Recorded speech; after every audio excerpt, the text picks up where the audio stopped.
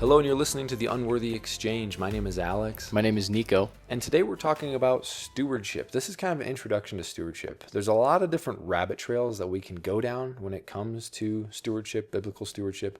And we kind of want to just give an introduction about what it is, how to think about it, and some examples about what that looks like in different areas. And today we're not sitting on a rock in the forest. We're back on the couch. Back in my apartment. And only one of us actually needs glasses to see. I'll let you. Oh, I've been editing videos all day. These are blue light glasses. I just noticed it and I had to give you a hard time about that. No, it's okay. It's funny. I forget I'm wearing them sometimes. Sometimes I wonder if our audience wants to see a little more fun in the videos. I mean, I was wondering that too. We've always recorded and try to take things, as seriously as possible, as they should be when you're talking about biblical concepts and important topics and things like that. But I think there's that balance between, we're not going to make you listen to 20 minutes of us bantering about what we had for breakfast. That's ridiculous. Well, I think maybe it helps to kind of like sit on and digest some of the content that we're talking about as well. If we have those little breaks and those pauses of kind of taking you out of the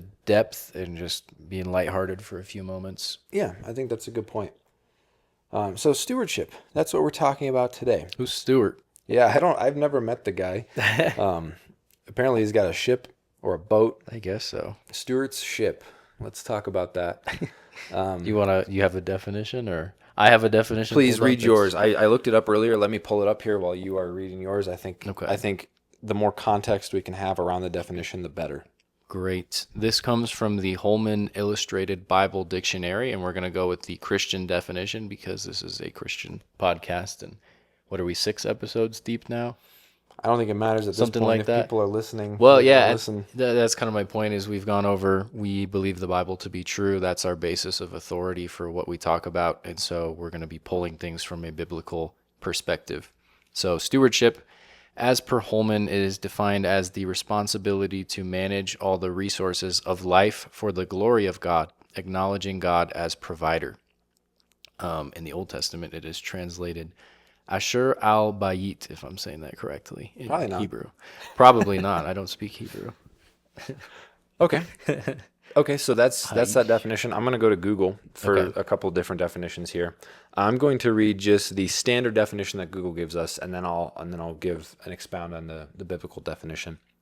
If you just Google stewardship definition, it tells you stewardship is the careful and responsible management of something entrusted to one's care, such as resources, finances, property, or the environment. You don't have to talk about God in the sense of stewardship in this world. But what we are talking about specifically is biblical, godly stewardship. That's a little bit different. And so when you Google biblical definition of stewardship, a little bit different, it's more in alignment with what we were saying here. Biblical stewardship is the active management of God's creation, recognizing that God owns everything and humans are merely managers entrusted with his resources. So it's the same. It just biblical stewardship is basically recognizing that God is the ultimate authority. God is the one that owns it, not man, right? And we can see how this is illustrated and understand how to approach this when we do put it into human terms. Like I don't give my kids money. They earn money. Mm-hmm. And so they are entrusted to steward that money, right? And so they have to manage it in a way that is in alignment with who it is given by. If I give them $10 just because it's a good thing to do, I would expect them to manage that in alignment with a responsible manner for how I've given it to them. If I say, here, this is for your savings, then that is for them to save. But I say, here, this is for you to spend, then it's for them to spend. If they save it when I say spend it, that's not stewarding what I've given them. And that's maybe a terrible. I see what you're getting at, though. I'm not saying there's strings attached to gifts, and there sometimes there really shouldn't be. But the point is recognizing who's the authority of the giver. Who is the giver, right? Yeah. And I'll stop talking and let you jump in on that. I think it zooms out into a bigger picture of heart posture. And Ashlyn and I are learning about this because I'll share a praise report or a testimony report. My mug says, hello, gorgeous. That is my wife's It's mug. got a little heart on it. Yeah.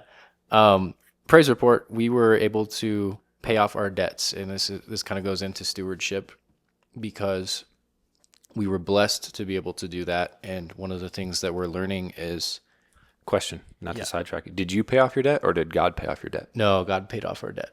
Exactly. I was getting there. But how did it happen? Did he enable you to pay off your debt? Oh no, it was gifted.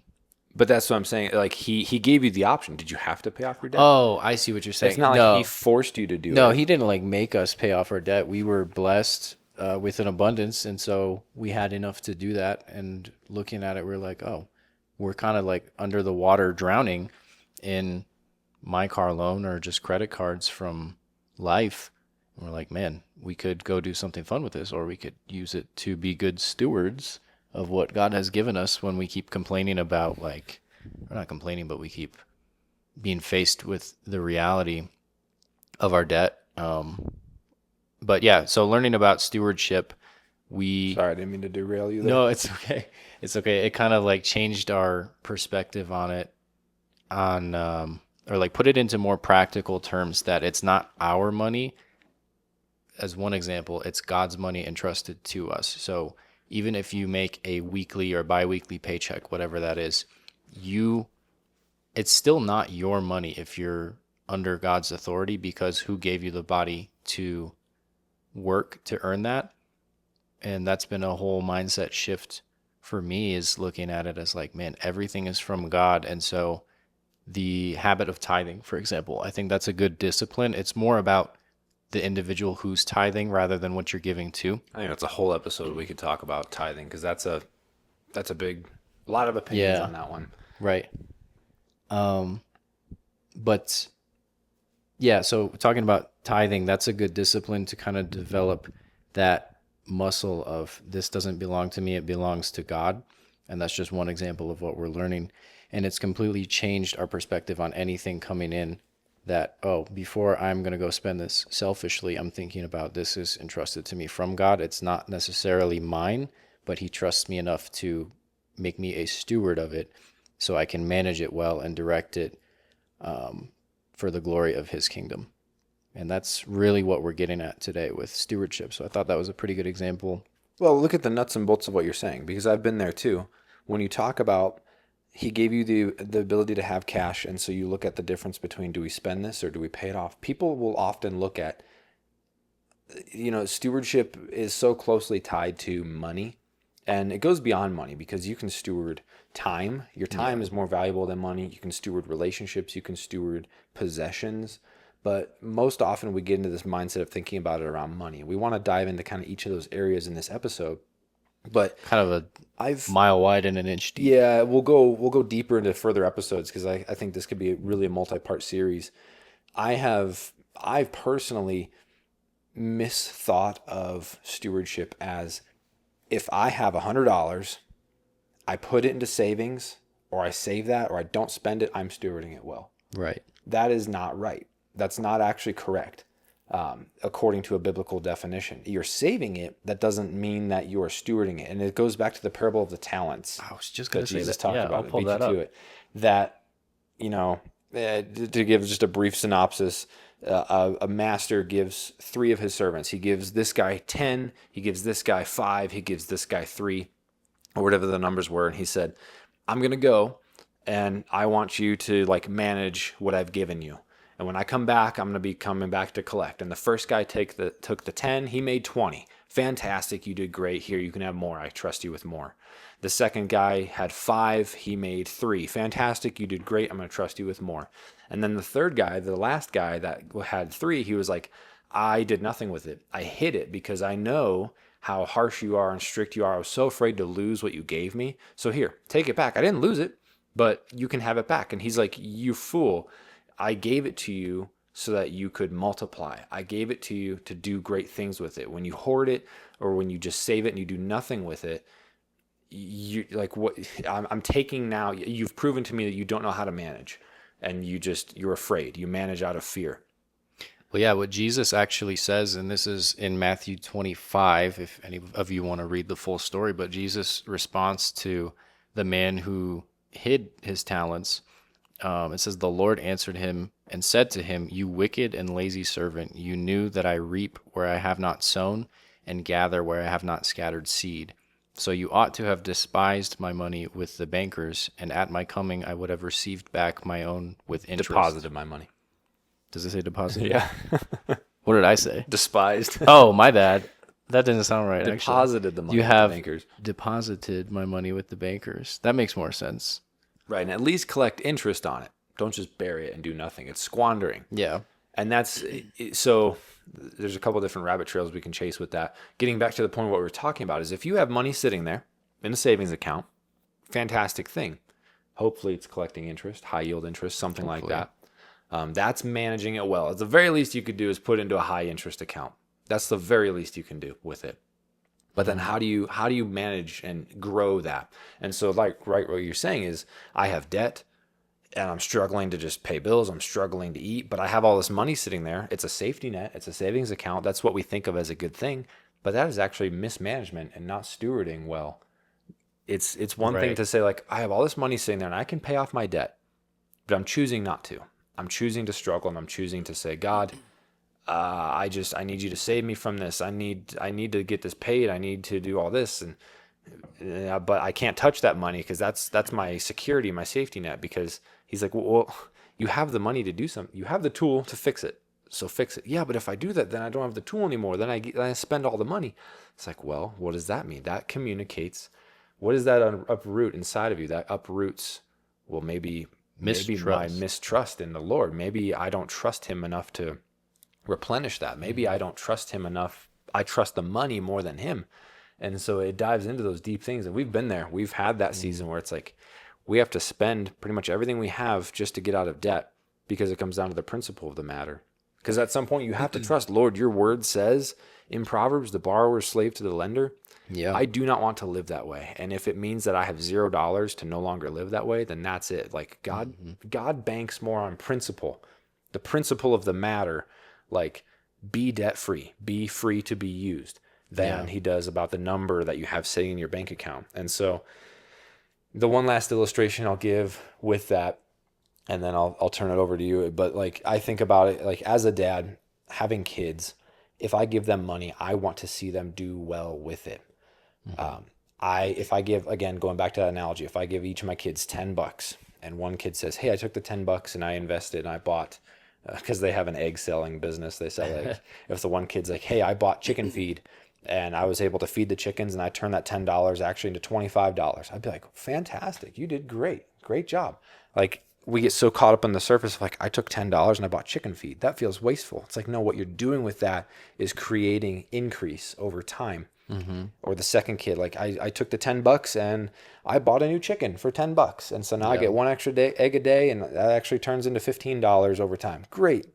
And then if one of my kids is like, I took your $10 and I'm saving it. It's like, okay, that's fine. Saving is good. I'm not saying like people shouldn't save it, but like, what is your intention with it?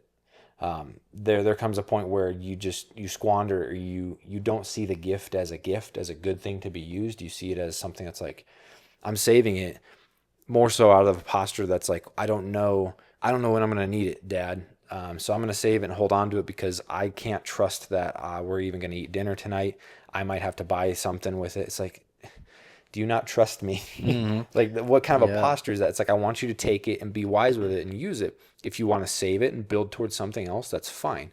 But if you're saving it because you don't trust that you're going to receive what you need, that's a little bit different. And so again, it's just that heart posture. And maybe that's again a bad example of it, but that's I think that's dumb it down a little bit. I think that's what's at the core. It goes back to the Exodus story when God brought the Israelites out of Egypt and they were wandering the wilderness for 40 years. And if you remember, the Israelites were the Alamo. The Alamo. Not too far from where we live, actually. Well, 12 hours. San Antonio's kind of far. That's pretty far. All these states are so big. I forget that it's not like, a 4-hour drive to the next state. Like you're not in the Midwest anymore. No, it's like 6-hour drive and you're still in the same state. So that's kind of funny. But anyways, the Exodus story, the Israelites were yearning to go back to Egypt. They were kind of grumbling and complaining to Moses and saying, hey, we at least had food, right? We had a paycheck and clothing. But the fact remains they were enslaved. And God's like, I'm the Lord who brought you out of this. And so God's response to them at that time was giving them manna for the day and he wanted them to trust that he was going to bring manna each day for exactly what they needed. Some of them were taking more than they needed, or no, they weren't taking more. They were leaving it for the next day. So every morning they would wake up, there'd be bread. Well, they would hoard it. Well, I've actually been reading through this. It says they left it. Okay, sorry. Yeah, no, it's okay. Because I keep always thinking they were hoarding it, but it says they left it because when they went back the next day, it grew worms and it stank. Well, they would not eat to their full. So what does that mean? If you have a day's portion of bread, kind of rationing. If you have a day's portion of bread and it's there for your use for a day, and if there's leftover, it means you hurt yourself. You're portioning yourself in a way that's like, I'm going to not eat my full to today to save for tomorrow, because that communicates a mistrust in the provider. That's what's at the heart. So that's what's at the heart. But look at the ripple effects. You didn't get your nutrition for the day, and you won't get your nutrition for tomorrow if it goes your way. You diminish what you receive day after day after day. It becomes diminished, and it becomes like this is, and I'm not saying people should just overindulge, because there's a difference between overindulgence and underindulgence. It's like, well, God says only take what you need for that day. Take what you need, but don't shortchange yourself. It's like, if I'm going to eat a hot dog, like if I'm going to have hot dogs every day for lunch, it's like, today I'm going to have a hot dog. I could eat one hot dog and I'm good. I'm full. But if I split that hot dog in half and save it for tomorrow, on the surface, oh, that looks really smart, I'm being wise. But it's like, no, you're actually diminishing your nutrition for the day, today, and you're diminishing it for tomorrow. And that communicates a deep mistrust that I am not going to have what I need tomorrow. And across the board, across so many things, like that heart posture really gets into every area of life. That's like a high stakes survival mentality. I think of that movie Unbroken, where they're on the raft for, I don't even remember how many days, Louis Zamborini and a couple other guys. Yeah. I think they set the record, not a record you want to be striving for, but they were rationing this chocolate bar. And that's kind of the mindset of it, is like, hey, we have one little square in the morning, one square in the evening. And it just makes me wonder why, if we don't live like that with our food, because we know we have money coming through in theory, like we think we know, why would we not operate that same way with our finances if we trust God's word, People don't. Well, and that's and I'm the guilty thing. of this too. That's the thing is, I'm throwing stones in a glass house. Right. A lot of that mindset actually comes out of the Great Depression, the Depression era, because That makes sense. the circumstances dictated that you had to. And so at a very real level, it's like, if you only have enough grain to feed a family of 10 or whatever back in the day, it's like you had to rationalize it. Stewarding is not about being unwise. It's not about, and we're not advocating for like, just indulge to your fullest and trust that he'll replenish your basket tomorrow. It's like, that's not it. It's about being wise with what he's given you, but also understanding and communicating trust through your actions. And I think at the same time, we're talking about needs here, not necessarily wants, because there's a big difference. Like the Israelites needed manna. It's not like God was throwing them iPads every morning and they were like, oh, I have enough for tomorrow. No Wi-Fi. We got Starlink. Well, it gets harder actually, because when he is providing and you have to steward, I mean, so this concept of stewardship, I would argue doesn't even come into play when you're talking about provision of need. When it's hand to mouth, manna for the day, you don't really have a choice about that. You are not managing something. You are simply consuming something that he's given you because you need it to survive. I need bread for the day. He gives you bread for the day. So take it, eat it, trust that he's going to give you bread for tomorrow. That's that modality. The way that you mess that up is by saying, I'm going to save half of it because I don't trust him for tomorrow's bread. That's where the sin comes into play. But the concept of stewardship, like we're talking about, comes after that, when he has given you more than what you need, where he says, now I've given you bread for today, tomorrow, and for next week. You have bread for days on end. And tomorrow you will continue to get bread for days on end. Now what are you going to do with it so it doesn't rot and mold? Now what are you going to do with it? That's good. Now you have to think about, how do I give this? How do I store it up? Because that's wise. There is wisdom in storing things up. Look at Joseph. He had 7 years of plenty, in Egypt and knew that there were 7 years of famine coming, you had to build storehouses. Right. And so how do you build in a way that says, I'm stewarding it and managing it out of wisdom, not out of mistrust, but that says, I understand that there are natural seasons to things and that the giver is perfect. How do I manage this the best way he would want me to?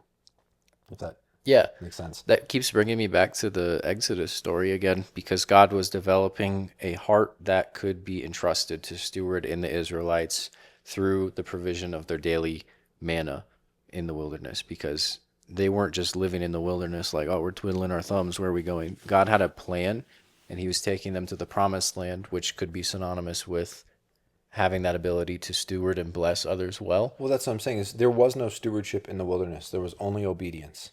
That makes sense. That's a Stewardship much only better way to comes put it. in Listen the to this guy. promised Yeah. Stewardship only comes in the promised land. There is no place for stewardship in the wilderness. It's simply obedience. Just obey. Just do what I tell you to do. And it's not like you're being a drone. It's like, don't think. But it is developing the heart posture of obedience that says, you need to trust me. Yeah. And now that you are in this place where you trust me so deeply, now I want you to be able to walk and to steward and to manage and say, now what are you going to do with extra and abundance? He's taken me through that in the last few months, and it's been harder. It's a lot easier. It feels like the hardest thing on planet Earth when you're like, God, I'm just starving. And he's like, here's some bread. Thank you. May I have some more? Okay, here's some bread. Thank you. May I have some more? That's just obedience. Yeah. We can choose to share that or give it or put it, but it's like that communicates mistrust, and that is mismanagement to a degree. But true stewardship comes when there's an abundance, when you have a responsibility to say, what do I do with the extra now? That's a lot harder. And we'll look at the Israelites, like what you're saying in the story is the entire generation had to die off because they were so ingrained with Egypt. For 400 years, they were ingrained with the thought process and the gods of Egypt and just receiving. I mean, I'm not going to go there. I'll go somewhere else.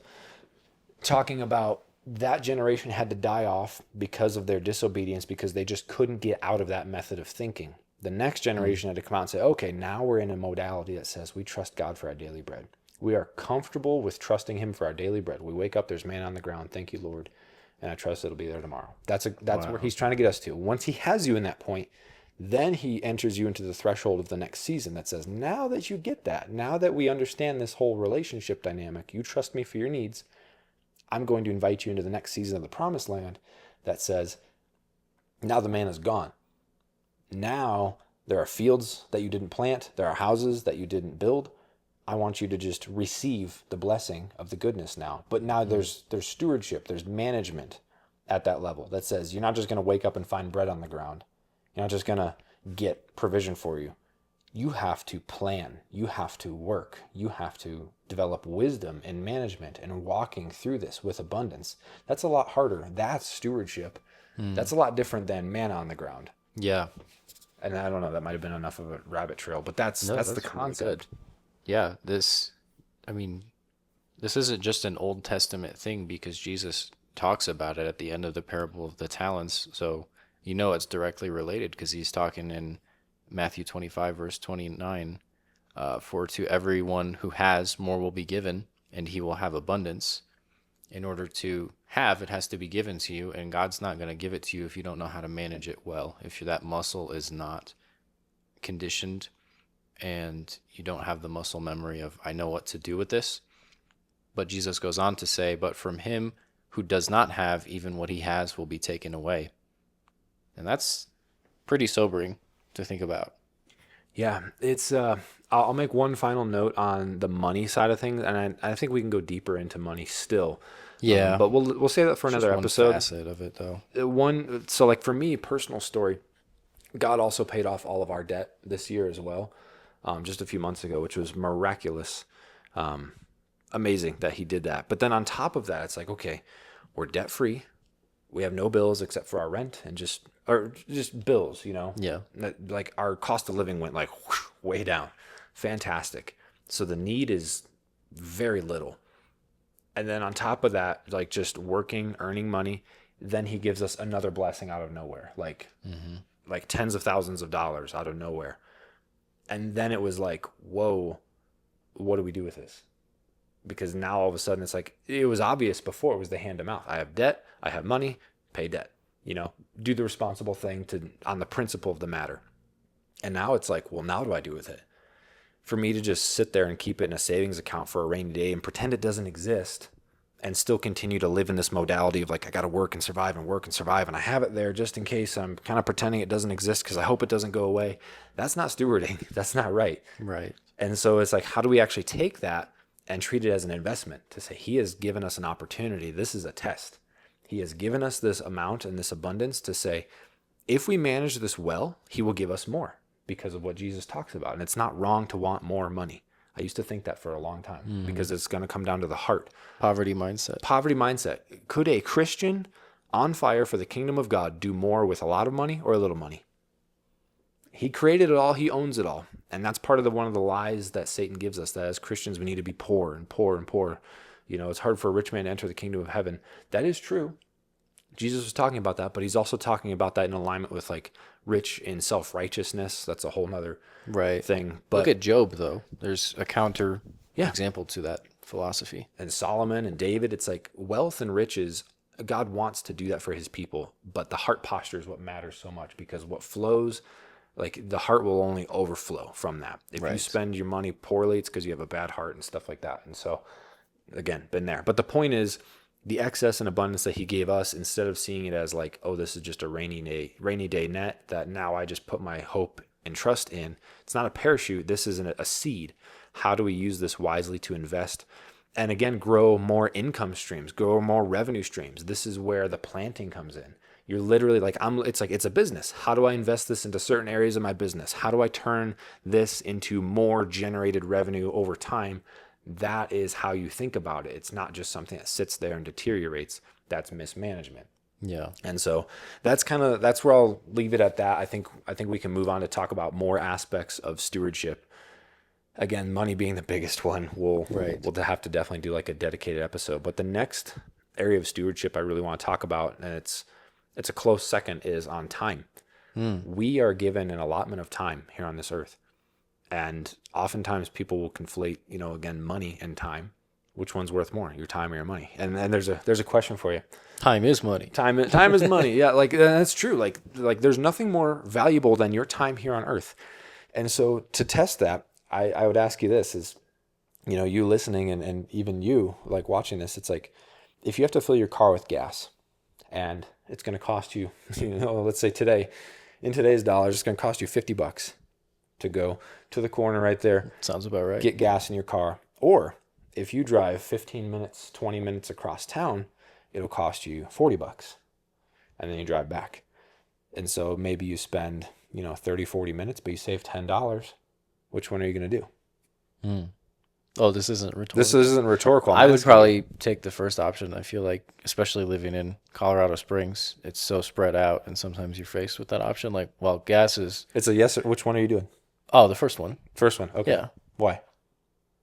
Well, I was kind of going into that. Okay. Like, I'm faced with this all the time. Like, I could go south a little bit where it's 30 to 40 cents a gallon cheaper, but it takes 20 minutes to get there.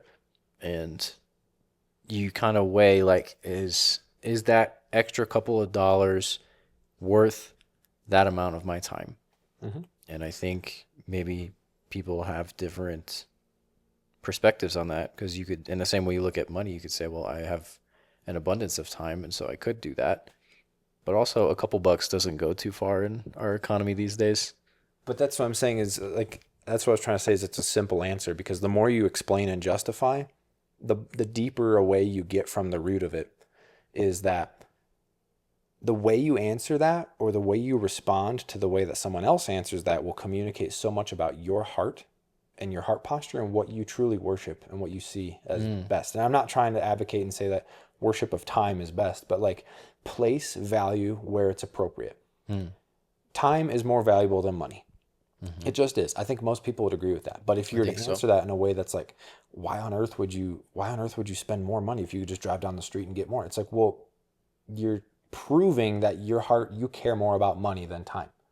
You know, but it's like, what are you going to do with that extra time? You're just going to blah, blah, blah, blah. You waste it and squander it, play video games or whatever it is.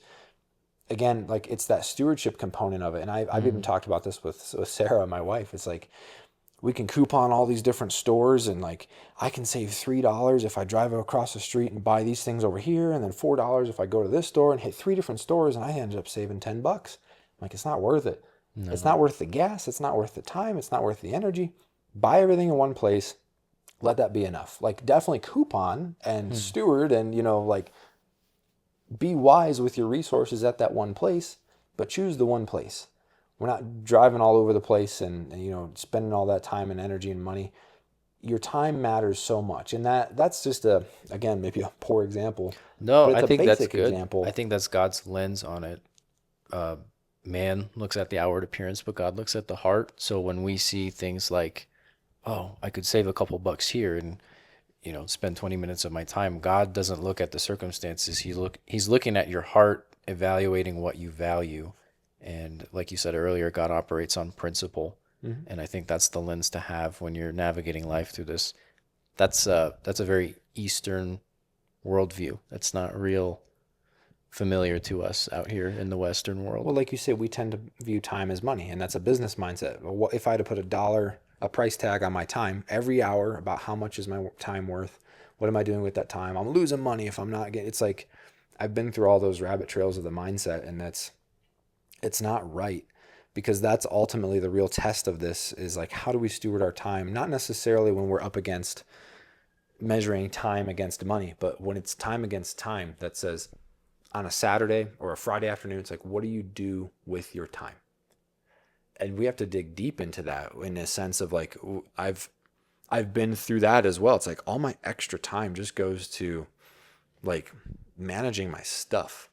All my extra time just goes to like worrying about stuff, or keeping my house clean, or cutting my grass, or just looking inwardly at like maintaining my own stuff. It's like, instead of investing into experiences, relationships, people, doing this, sitting down to do a podcast, Yeah. 2 unemployed guys just hanging around on a Thursday morning. Not employed, but you know what I mean. We'll have to do an episode on that. Actually, I was thinking about that. I think that would be a very good thing. I wouldn't call it, I would say culturally unemployed, but I don't think God looks at it the same way. Not enslaved. Right. You're free. Free guys. Yep. Yeah. What do I have need of? Nothing. And so that's the point, is people get so trapped in this mindset of like, okay, I have a Thursday. And for both of us sitting here, it's like, we're debt free. We have money sitting there. We could do something. We're free in the truest sense. I don't have to go work today if I don't want to. I should, if I'm being wise and all those things. But again, I'm not chasing $1 as if I'm broke anymore. Right. That's a slavery mindset. I'm not chasing it as if I need it, because what happens if I don't do it? And instead, when you allow yourself to sit and go, wait a minute, I have nothing to do today. I don't have to do anything. I don't have to be anywhere. Now you get to step into this threshold of like, how do I steward my time? How do I manage my time? And again, that's a form of worship. It's a form of worship, but what do I do to make the most of my time? How do I not squander it? So if I sat around watching TV or playing video games, it's like, that would be considered laziness. That would be considered just squandering your time. And it could be in the name of, well, I'm learning something. Well, I'm figuring out how to be better. It's like, okay, there's time and season for that, but patterns matter. Are you really watching lectures all day on YouTube? Oh, yes. Mm-hmm. Yes. I'm taking notes. Notes, yeah. Yeah. And so what you're doing with your time matters so much. And so that was always my heart for years and years, even when I was, shall I say, enslaved, working a job, chasing money, chasing the things of this world. All I desired was time, because I recognized how much more valuable time was to me over the dollar I was just slaving away for.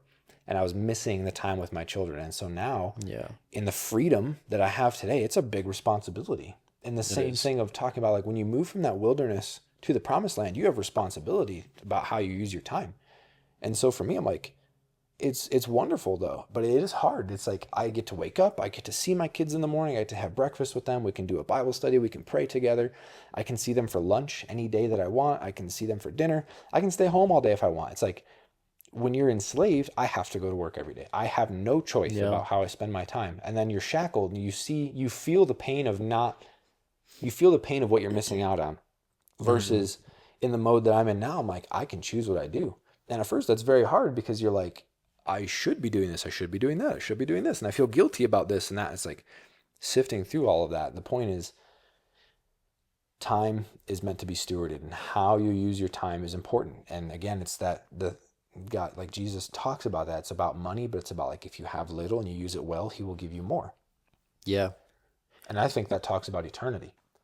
Ooh. I think that's a deeper metaphor for eternity Everything is, right? Because that's what this is. What he's talking about is the little that you have here on this earth, a little bit of time. What do you have? 80 years, if you're lucky, 90 years, 100 years on this earth. That's a little time when compared to eternity.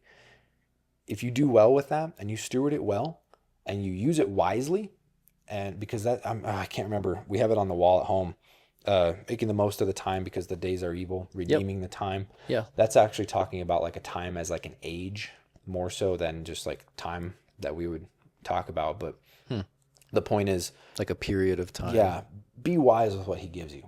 You can't pick the era you're born in. You can't pick the place that you're born in, all of that. But do the best you can with what you have. Be wise with it. Lay up your treasure in heaven. Yeah. If you're wise with that throughout your life, he rewards you with eternity, endless time. There is no time. That's what the deeper metaphor is for that. And so time is the much greater thing to steward than money. Right. And I feel like I'm talking a lot. I'm sorry. No, it's okay. I'm learning a lot from you. Well, thank you. What is it? No, what it's does not me. it look like Holy to? Spirit. Right. I know. Yeah. Yeah. Don't put that on wouldn't me. come out of you. No. Don't put that on me. I've known you my whole life. That wouldn't come out of you. I'm kidding. The slander is I've crazy. known you most of my life. That's true. I've known you for a larger percentage of my life than you've known me for a percentage of always your going to be life. 100% Right. for the most part. Does that mean that's a whole rabbit trail? Never mind. Well, hang on, take it. Take the rabbit Does that trail. mean I know you better than you know me? No, I don't think so. because either. you can flip those numbers. I've known you 100% of your existence. You've known me Oh yeah, maybe 90% of my existence, 80% of my existence. that's a good point. So you would probably know me better than I know you. See. Yeah. Okay. I forget what I remember you when you were in Mama's tummy. Yeah, I don't remember that. You were going to be Buzz Thankfully. Lightyear I or know. Woody. Thank the Lord. They did not name me that. I remember a lot of that. I remember when you were in Mama's tummy. Yeah, that's funny. Anyway. Anyways, weird. So stewarding your time on this world well, I want to address that, and then being rewarded with eternity. It's not a works-based mentality. I think stewarding your time and what you're given well on this world looks like putting your faith in Jesus, because he's the way, the truth, and the life to eternity. And it's not just an insurance plan like, oh, I say the things and I believe in Jesus, and so now I'm saved. It's a repentance. A repentance involves turning away from an old lifestyle, your sin, and turning towards Jesus. And that looks like following him, picking up your cross and following him, which is the burden of, man, I can't live how the world wants me to live anymore. I shouldn't live because that's not how I'm called to live. But not in this enslaved mentality of like, oh man, I'm so stuck following the Lord. It's actually freedom from all the things of this world that wish to steal, kill, and destroy your joy. And people have said sin feels like freedom until you try to stop. And I think that just reigns so true. That's a little bit of a rabbit trail, but I just wanted to touch on that eternity mindset, because I didn't want people to get the idea that like, oh, if I manage my money well, it means I get eternity. But it's really just managing your time and your assets, your entire existence well, by putting your faith in Jesus. Yeah. Is all what it points to. Yeah, it's things. I mean, we can go down the rabbit trails of time, of money, of possessions, of like relationships, people. Like, as a dad, my children, I am responsible to steward them in a way, not of like ownership, but of well, stewardship isn't ownership. It's management. managing. And so, right, I am responsible in the eyes of the Lord for managing their upbringing the best I can. The same way that you can never truly hold money in your hand like you can hold water. It just falls through. You have to guide it and channel it and direct it. It has a momentum and an energy to it. Money does, things do, people do, relationships, time, all of that. It's a moving thing. And so I guess what you're trying to say, like your point is like all of it across the board is we are either going to steward with a heart posture that is submitted to the Lord or is not. we either steward based on trust in him and out of love for him, or mistrust and love for ourselves. And that's a hard place to arrive at. But once you start to like understand that, you truly cannot steward well unless you understand the character and nature of God. And I mean that like, not that you can put him in a box and, I understand God perfectly, but you begin to see how his character and nature manifests itself in the Old Testament as it does today, as it does, like he's consistently the same. You see his character and you see his principles, and it's like, how can you not want to do that? Right. And so going way back to the example of like the money thing, like I'm talking about. So when you're in this position where it's like, wow, I am debt free and I get a blessing, a financial blessing. The way I used to do it was I would operate out of fear. I would hold on to it that says, that's exactly what that last guy did. We in the can't parable. let this go. Yeah, that's what he did. I can't let this go. He was afraid. I was afraid. I'm afraid I'm going to lose it, so I'm just going to put it away and pretend it doesn't exist. And then, when I need it, I'll have it. That is a heart posture that is not submitted to God. That's a heart posture that doesn't understand the character and nature of God. That is somebody that is operating out of fear, that's operating because they will only operate the way as to the extent that they can control things. That's what most people would do. And that's what I've done, admittedly, instead of taking this and saying, okay, you know what? I am not going to be afraid of this. I have reverential respect and awe and fear of the giver. Therefore, he has given it to me as a test. Therefore, he's given it to me as an opportunity. It's not mine, so that I can just do with what I will. Like there's time and place to enjoy the blessings that he gives you, sure. Yeah. So like last night, my wife and I went out to eat. I'm like, okay, I can do that guilt-free. And I tipped high because she did fantastic. The waitress did fantastic. Yeah. It's like there's giving blessing and enjoying blessing. Do those things. Those are great things. But to do that in overabundance, that's where wisdom comes in. But the point is like having that excess of money is like, I need to see it as this is an opportunity to steward. How do I invest this? How do I spend it? What could I spend this on? Could I take a trip? Could I hire a counselor? Could I hire a person to do this? Can I invest in equipment for my business? What is the game plan for how I'm going to take this and turn it into higher profit and higher income streams over time? Mm-hmm. Not that big money is your goal, but understand that you have to be responsible for those things when God gives it to you. Like, how do I grow this instead of letting it die? Because things have momentum. They either grow or they either die. And, even like knowledge, deepening your understanding and your relationship with the Lord, knowledge is a good thing. And in fact, actually in the ancient world, wealth, treasures was often knowledge. They didn't see it as money the way we do today, especially like in a spiritual context. If you had a massive amount of wealth, like true, that meant physical things like gold, like Solomon and David and stuff like that. But there was also equal much value placed on knowledge.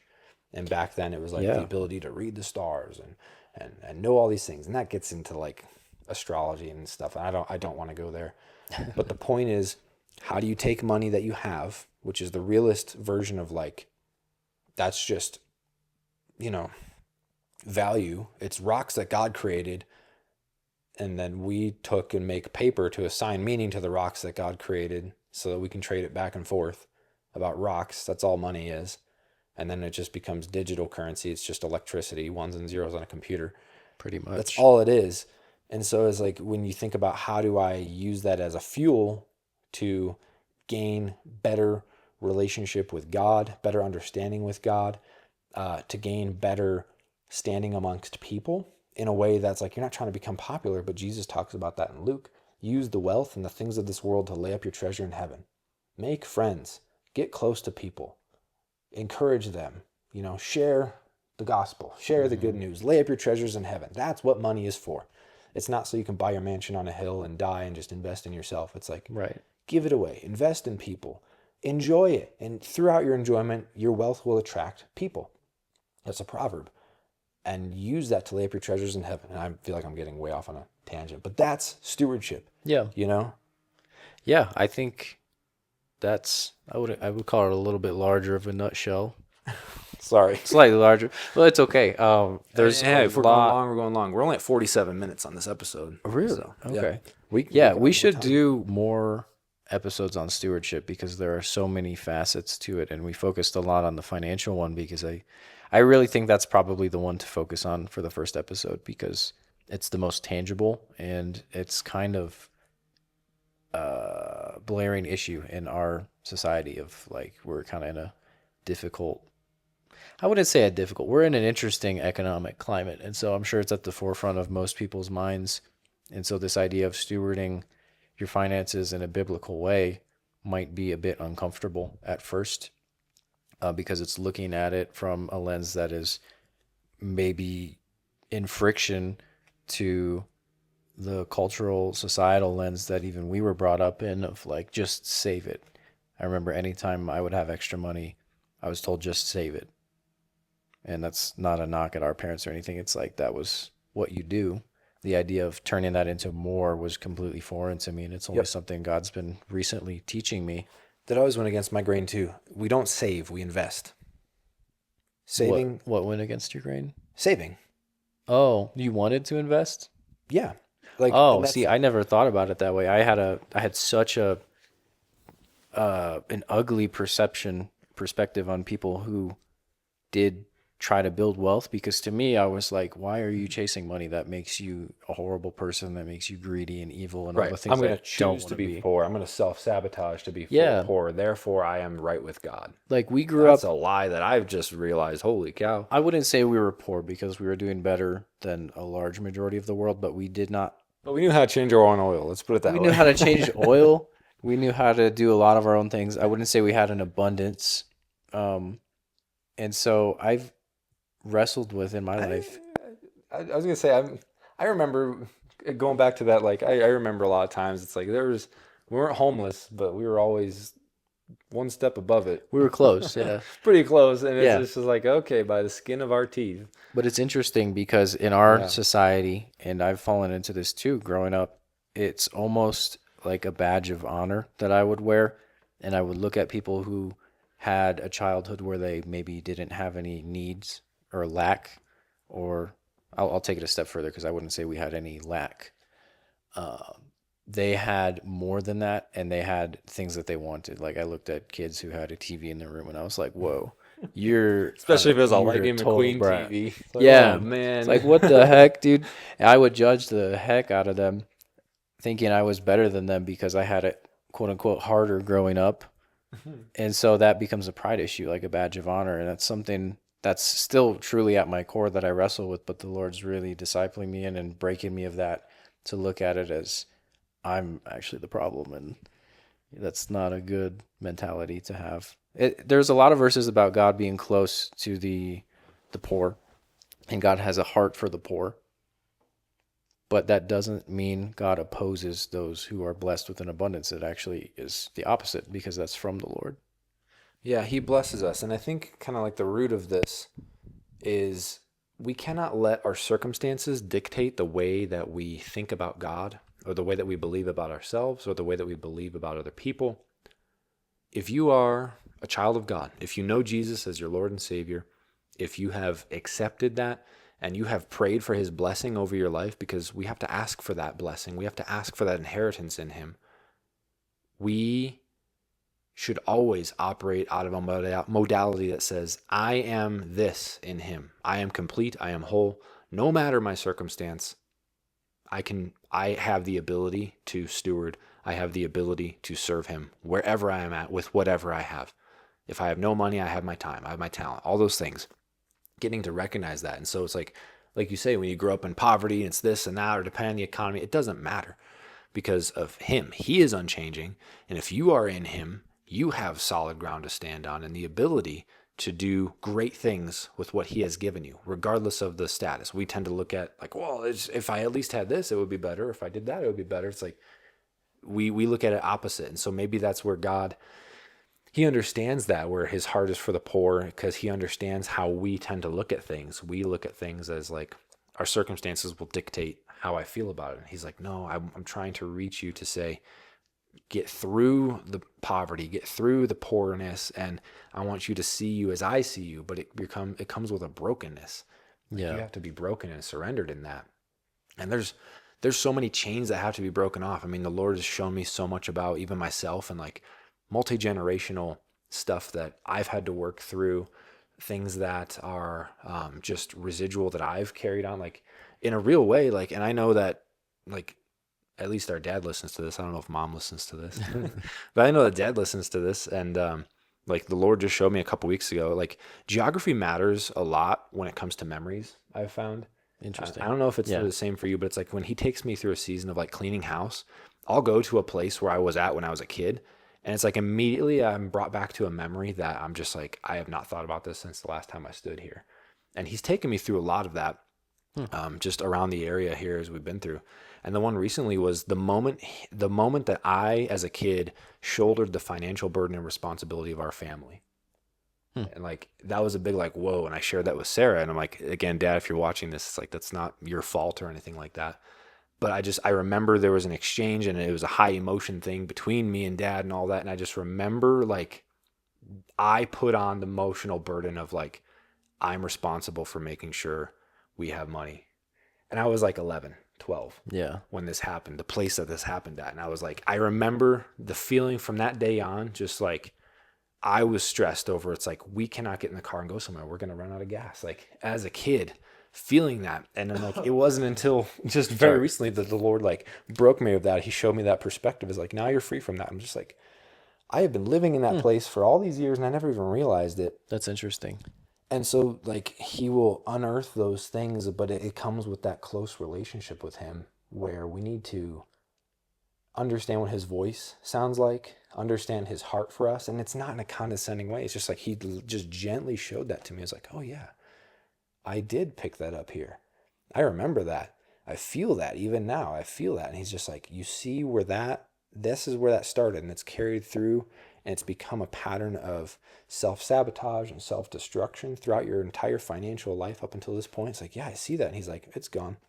I'm like, whoa, that's wild. And for me, like it's geography.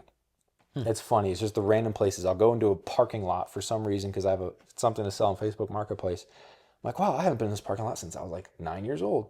And then he'll just like, bam, hit me with a memory. I'm like, whoa, I remember that. That feels like, and he just like floods me with like this is what happened here. This is how I'm releasing you from that. You're no more. You walk free from that. You release that chain. I'm just like, that's cool. Yeah, it's happened a lot. And I don't even remember all the little things, but it's always, for me, it was in the vein of finances, money, stuff like that. And I don't know, I maybe got off tangent, but No, that's interesting to share. Share that, yeah. The walk of faith is a journey. It's not a matter of I have to achieve this certain level of knowledge. I think that's a very originally a Greek way of looking at it, which has blossomed into the Western world, going back to the Eastern lens. An interesting, I can't take credit for this. I learned it on Bema Discipleship. I think the guy's name is Marty, but he talks about... It's a good podcast. Yeah. Oh, you've listened to it? Mm-hmm. I've listened I think to we've talked about that before. Yeah. Bema.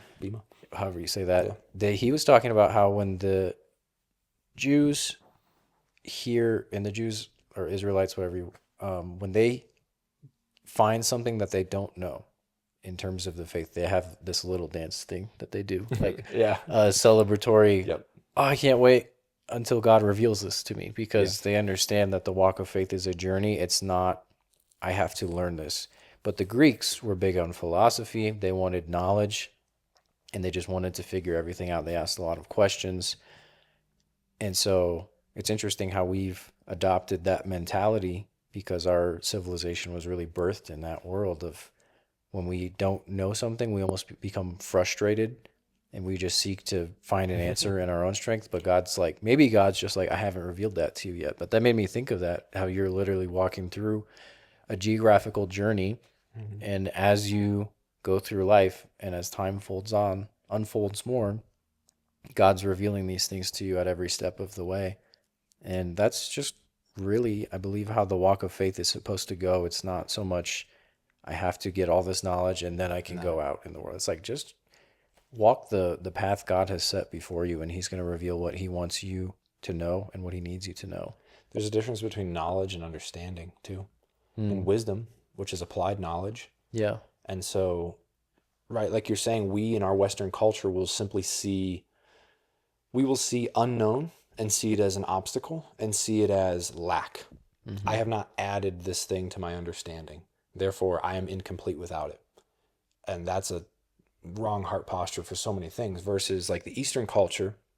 And we could learn a heck of a lot by studying their train of thought on so many things, which I'll bring a point Listen to that. to Bema Discipleship. Yeah, BEMA. I'll bring a point to that to wrap up this episode because it changes. It's a lot of backwards things. We think backwards from the way it should be. Right. But when you understand something that's like, I don't understand this, I am so excited to see how God is going to reveal this to me or how he's going to use this gap that I'm now aware of, and he's going to fill it in an amazing way.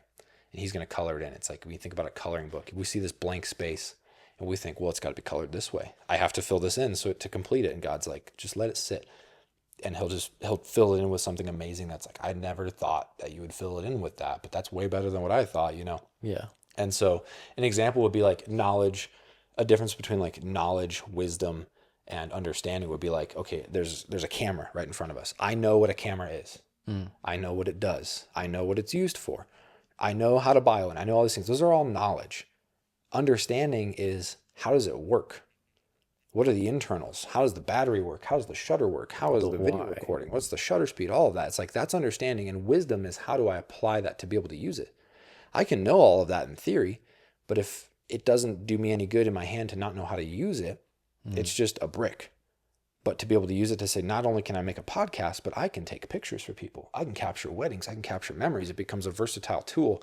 Knowledge, wisdom applied becomes, that stewardship becomes an investment. You can gain more than the sum of the thing's parts. That camera, this whole camera setup is about $3,000, which is like, oof. Yeah. Eesh, that's a lot. Like, we wince at that. But So please share this podcast. So please share this podcast. No, like, it has been paid for like tenfold. This single camera setup has earned me tenfold that when it comes to all the video content and weddings and photo and video that I've shot. But that's the point. We just see it as like, that's a lack. That's an investment, or that's a loss. It's like, no, it's actually a huge investment. That's stewardship.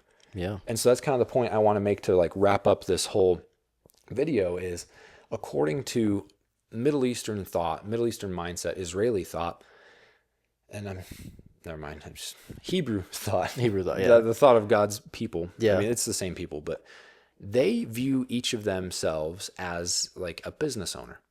And this is an important concept because when they approach life, the Hebrew word is nefesh. It's your entire existence. It's your spirit, your body, your relationships, everything. Your entire existence on this earth, your nefesh, is you. What you think, what you believe, all of that. They view themselves as individual business owners. And this is Hebrew thinking that regardless of whether you go to work every day to a boss or whatever, or whether you're retired or you do nothing or you're disabled, whatever it is, I am still in the business of my Father's business. I am responsible for what God has given me. And so if I go to work and I have a 9 to 5 and I work and it's a job, I am still a business owner, and this is my one client that I'm responsible to take care of and to manage and to steward this relationship. They give me money that I have to be responsible for. My family I'm responsible for, all of that. But they train themselves and they talk about that and they teach themselves that you are a business owner. No matter what you do or who you work for, whatever it is, instead of viewing yourself like we do in our culture that says, I'm hired by this company, so therefore I'm owned by this company, or they can just do with me what they want, or your trade or whatever. Some people see it as like, I'm owed this job or I'll just go somewhere else. It's like, what if you're in the business of yourself and your name, your LinkedIn profile, whatever you want to make it, is like, that is your business. That is your responsibility. And whoever you come into contact with day to day, whoever is going to pay you for the goods or services that you provide, you're responsible for managing and stewarding those relationships. Yeah. When it comes to people, when it comes to time and all of that. And so that's so interesting. Stewardship is such a wide and deep topic. Like I said, we can go into so many other episodes on this, but I think this has been a good introduction to it. I think it's so important to go back to the Jewish lens of it because their whole culture is passed down generationally, but it originated directly from God. God gave it to them. That was his people before the new covenant. And so everything they believe is like pretty much directly from the God that we serve. And they get this right.